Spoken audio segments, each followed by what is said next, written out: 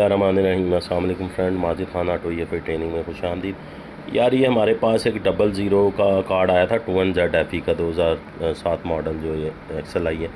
तो ये इसमें 99 का कोड था, तो मैंने इसकी प्रॉपर हर चीज़ चेक की। इसका जो 25020 IC प्रोग्राम करके लगाया, यानी इस पर मैंने बहुत इसकी पिन आउट वगैरह हर चीज़ चेक की।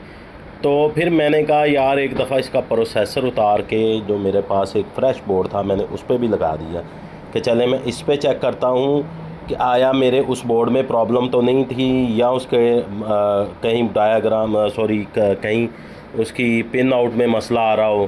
तो मैंने जब तसल्ली से चेक किया तो फिर मैंने क्या किया कि प्रोसेसर उसका उतार के इसमें लगा दिया। इसमें भी 99 कोड आ रहा है, तो वेरीफाई हो गया कि इसका प्रोसेसर ख़राब है। तो ये आप लोगों के लिए एक एडवाइस है, जो मैंने अच्छा खासा चेक किया, तो आप लोगों के लिए एडवाइस है ये वाली।